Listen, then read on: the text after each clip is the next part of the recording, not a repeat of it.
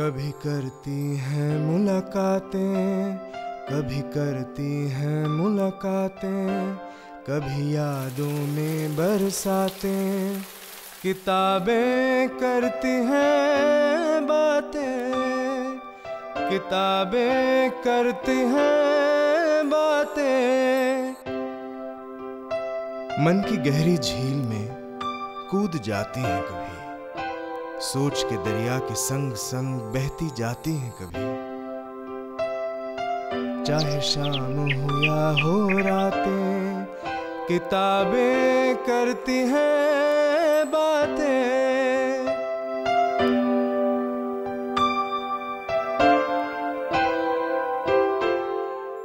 Welcome to Kitaabnama, Books and Beyond. Every week we bring to you a new author to talk about their writings and their books. This week our guest on the show is Anchi Min, a Chinese-American novelist. She'll be discussing her books with us, including her memoir, The Cooked Seed, published by Bloomsbury. Thank you, Anchi, for being on the show. Thank you. I wanted to start off the discussion. I mean, you've had an incredible journey and it's really difficult to decide where to start. But let's start about talking about the title, The Cooked Seed. What is the cooked seed? What is the symbolism behind this name? The cooked seed means the seed was cooked, therefore it can never sprout. So that means my situation in China, I was dying, I was coughing blood before I came to America. To me, it was either die in China or find a way to survive. So although I was afraid, because I did not speak English and I knew nobody in America, but I just bought a one-way ticket and hoping I can survive. So I went to America and the cooked seed sprout and they grow into a big tree and with lots of flowers. So instead of title this book A Miracle, I titled it The Cooked Seed, and that sprouted, because you see me as a best-selling author in America and I feel I don't have to say anything more, just the title explains itself. Could you give our viewers a bit of the background about what was happening politically in China at this time? You've written about the Cultural Revolution during the 70s and 60s. So could you just briefly tell us about what was happening that time there? Well, I was in the labor camp in the early 1970s. I worked there for like 3 years, and then Mao was dying, 1975. We did not know. Madame Mao was preparing herself to take over China as the party's president, and she needs to make a propaganda film featuring an ideal woman leader. So she sent talent scouts everywhere in China to look for this face, and I was spotted when I was hoeing weeds in a cotton field in the labor camp. I was put on the tractor and then the truck shipped it to Shanghai Film Studio, where I was taught to perform in front of the camera. But it turned out I was a lousy actress, but it did not matter because I have the face that they wanted, a proletarian beauty at that time. In the middle of the screen test, Mao died, September 9th, 1976. And October 8th, Madame Mao was arrested and later on sentenced to death. And 2 months later, I was denounced as Madame Mao's trash. Why she picked me. So for the next 8 years, I was punished the Chinese way, basically being isolated and driven so depressed that I just wanted to commit suicide. But it's not easy to die in China. So I continued journey of being bad records put in the dossier that I could never be trusted by the party, and I was not allowed to go to school, and I would be a permanent sack clerk for the rest of my life. And it was that time I thought I just could not go on, and my body, my health was so bad. I was, breaking down and coughing blood. And it was that time. One of the comrades, she was so young, she was told not to talk to me. She went to America and became a superstar, actress Joan Chen, and she felt safe enough in America, wrote me a letter, how are you? And she told me her life in America as a Chinese student and making her own tuition. And she said everybody in America as a student doing that. So I asked, do you think I can make it a student? And she says, well, you're not a university student. You can't come here. You didn't speak English. And do you have any talent? And I say, yeah, I grew up painting murals. So with that, I painted like a modern pictures, experimental pictures, and I applied the School of the Art Institute of Chicago. And I got the application form. So make a long story short, I just landed in America. Starting from there, I wasn't really going to art school. The art school was just a way to maintain my visa. I spent most of my time working 5 jobs underground and learning English. So after I survived, I was thinking, you know, do I spend the rest of my life working Chinese restaurant and a construction site, mixing cement, or is there anything else I wanted to do? And in the meantime, I was learning English because I wanted to be a secretary. I thought it would be a elevation from a Chinese waitress to a secretary. I get to answer questions, take notes in English. So I would study English, and when teacher tells me, she said, Auntie Min, you're such a lousy writer, but you have a wonderful, excellent material. So it was at that time I realized that my life, 27 years living in China, is worth something. That experience that I can share. Chinese critics said to me, Auntie Min, you're nobody, you're so average. You're not Mao's daughter.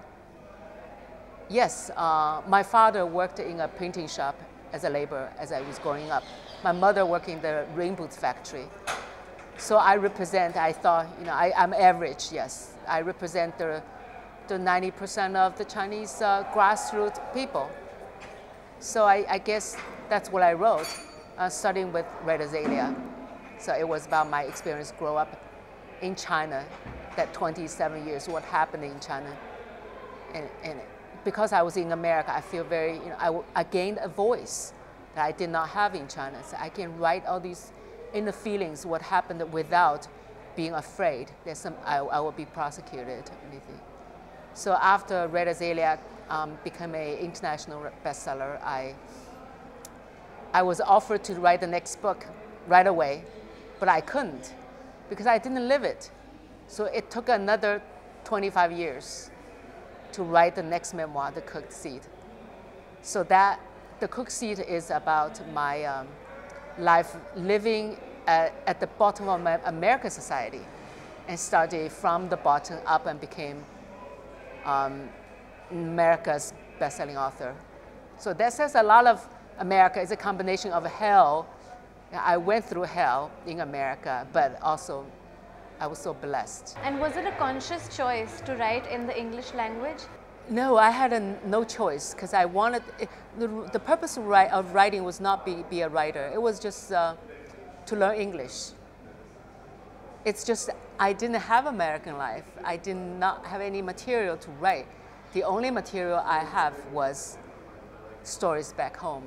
So it became first draft, rough draft of Red Azalea was all these anecdotes about what happened in China, but I write it in English still, so to learn English. I did not know it would become a book, no. Has it been translated into Chinese at all? My books have been translated into 33 languages except Chinese. So talking about that, what has the reaction been to your novel in China?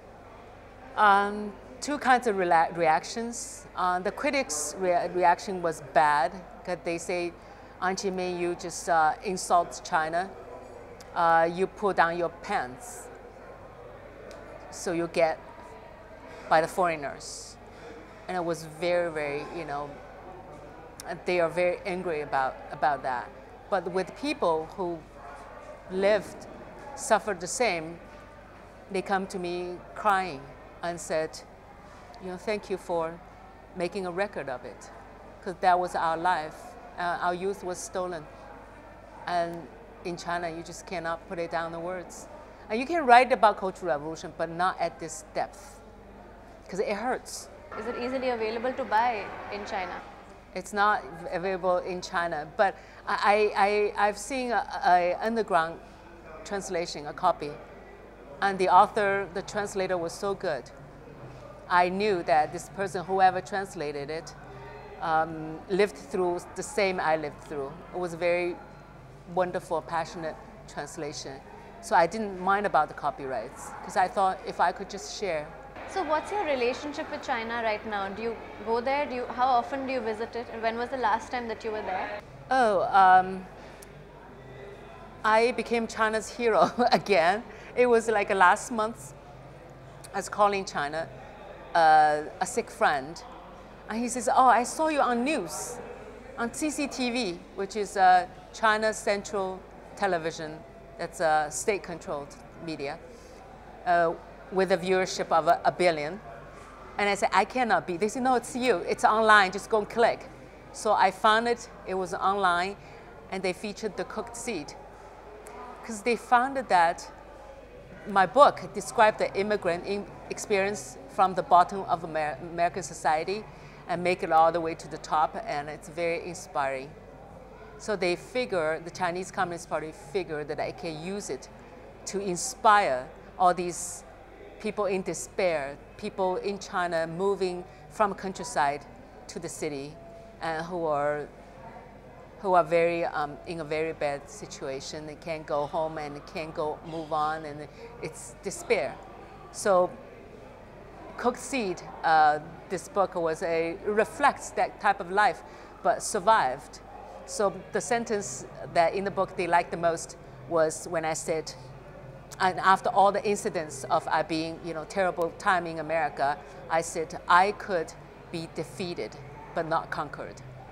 So they can identify with that. So I made a national role model again for China, just being the tour, and I don't mind. So I feel good, actually got connected to my people. The only thing is, there is not even a translation there. But people in China, they know about my name because of Red Azalea was banned because American Hollywood director Oliver Stone was trying to make a movie. He went to China, asked for permission, and was turned down. So that was a national news. And that actually gives it, it also brought it into attention. Yeah, because he won't give up. He find Chinese superstars. He thought that he worked with them, they probably will be able to get things done. As it turned out, the actress very much wanted to play An Chi-min, who the media says she is a bisexual. And it got a lot of attention. But still, it frightens the Cultural Bureau. Eventually they say no. We can't let you make Red Azalea, no. How do you see China today? The image that we have of China today as the flourishing country, capitalistic society, very, very different from the China that you grew up in. So how do you view its position today? It's just natural to me, because you see what happened to China, people like me, we suffered what we suffered. So if we don't know what we want, we know exactly what we don't want. We don't want the communism, Mao's version. And the current Communist Party leaders know that too. If they don't follow people's will, and they're not gonna last. So what Chinese people want is to be able to have your own shower, your own toilet, your own room, so you can have some privacy, not just privacy within the mosquito net in the public compound, or either in the dinner in the cafeteria all the time. Unlike me growing up, fighting every morning, just go to pee, I have to compete with 20 people, 20 neighbors share one toilet. When traffic time, we go to work at the same time. If one neighbor is having diarrhea, the rest of it, we can't even do our business. So I think Chinese people became very practical. Say, okay, we don't care how you evaluate Mao. Just let his goddamn picture hanging on the gate of Tiananmen, but give us the freedom to make toilets, to install toilets, to make showers, and to make money to buy house, buy apartment. And the Communist Party I mean, it's no longer Mao's version. The party itself, the biggest thing it did was to changing the presidential system. Mao was a dictator for 27 years. So right now it's written in party's rule that a president of China can only hold his post for 5 years. So that it cut the root of that corruption on that point. So you can't really, you are in the power only 5 years. You can't really be an emperor for the rest of your life. So I think that when the leaders goes on that position, they wanted to leave a legacy that they did something good for the Chinese people, which is just practical.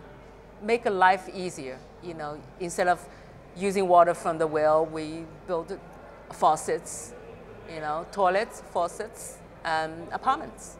When you were in China, for you living in America was almost as remote as living on the moon, you said.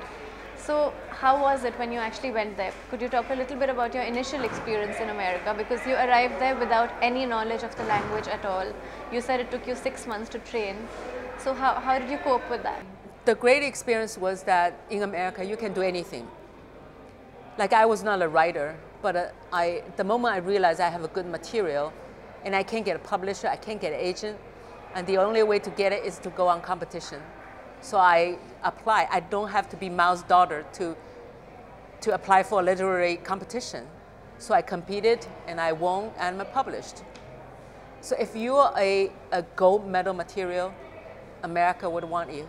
That's what I told my daughter. Okay, you're Chinese and you're second-class citizen.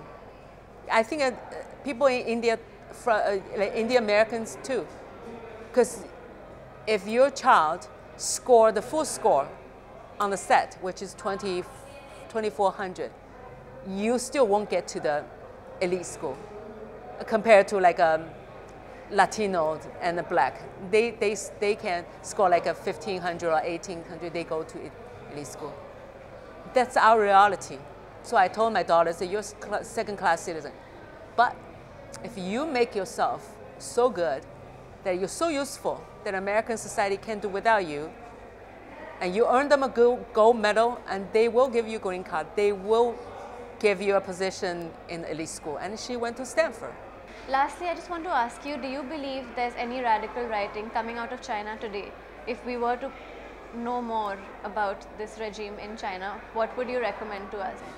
I would recommend you pick up 2 people. A man writer named Shi Tiesheng. I don't know if he has translations, but his work was so good. And he's a handicapped person. And he reflects a lot of things about Chinese culture and the tradition. And because he suffered a blood problems, and he really went deep on the Chinese way of looking at things from a person whose life is numbered. And life is cut short by his disease.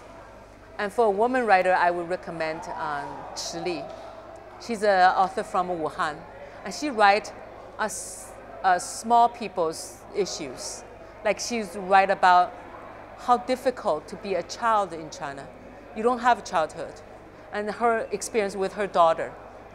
Like if you raise your daughter naturally, for example, you let her be the way, play around until she's 5 years old, go kindergarten, and she's already way behind. Because by the time you enter kindergarten, let's say kindergarten have 23 children, and that 22 children already knew how to count and knew ABCD.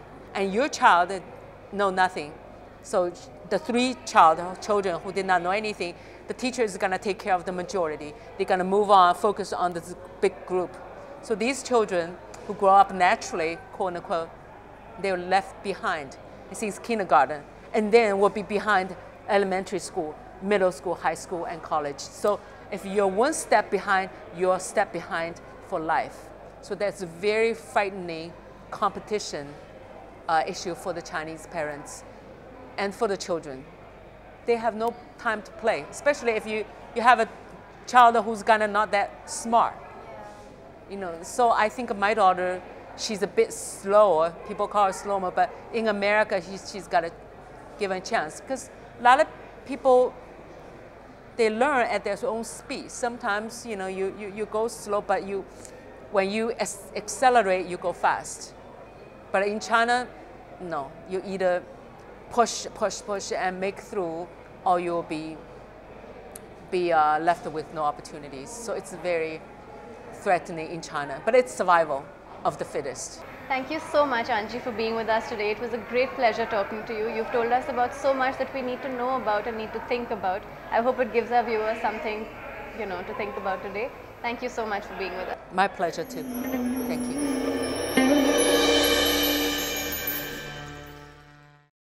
Everybody is trying to protect me from the truth. I know grandfather is dying, and I feel a strange stillness. I see mother crying. She is changing from hard stone to soft water, and although she finds it difficult to express her love for her father, she dreads the thought of losing him. She has also begun to feel a certain affection for Mohan, probably because he loves Daniel Dada.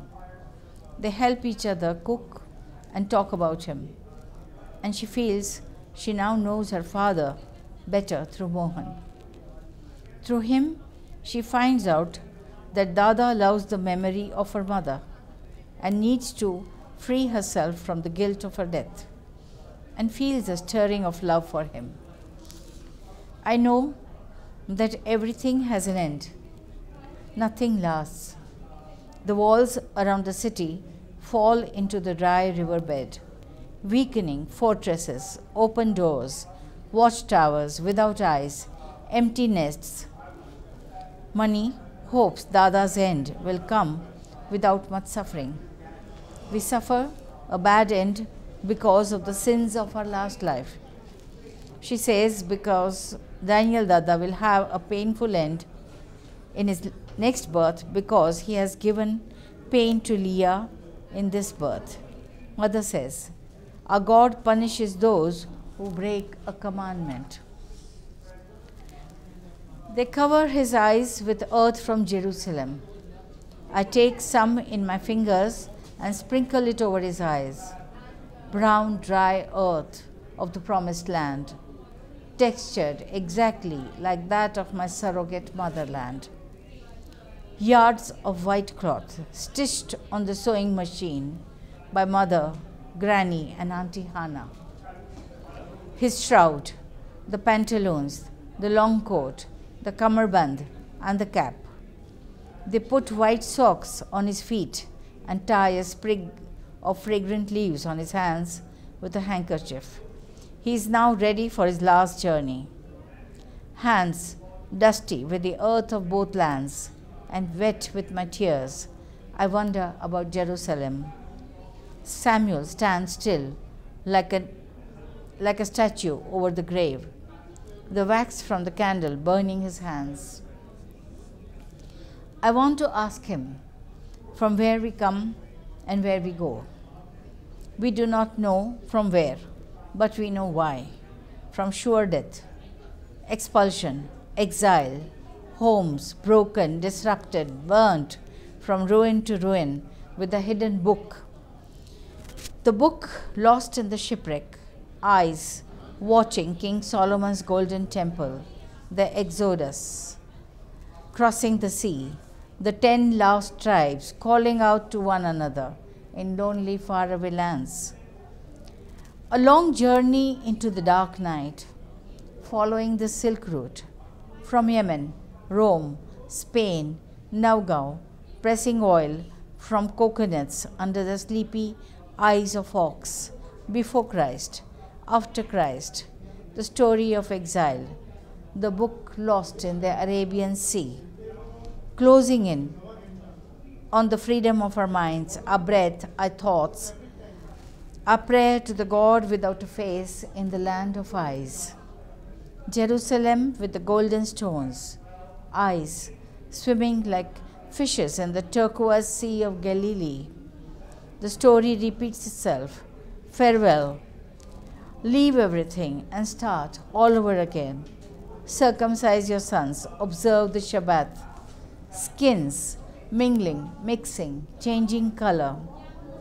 Graves on the shores of Navgaon, 6 couples crouching together in the womb of the earth, mysterious dwelling places of my ancestors.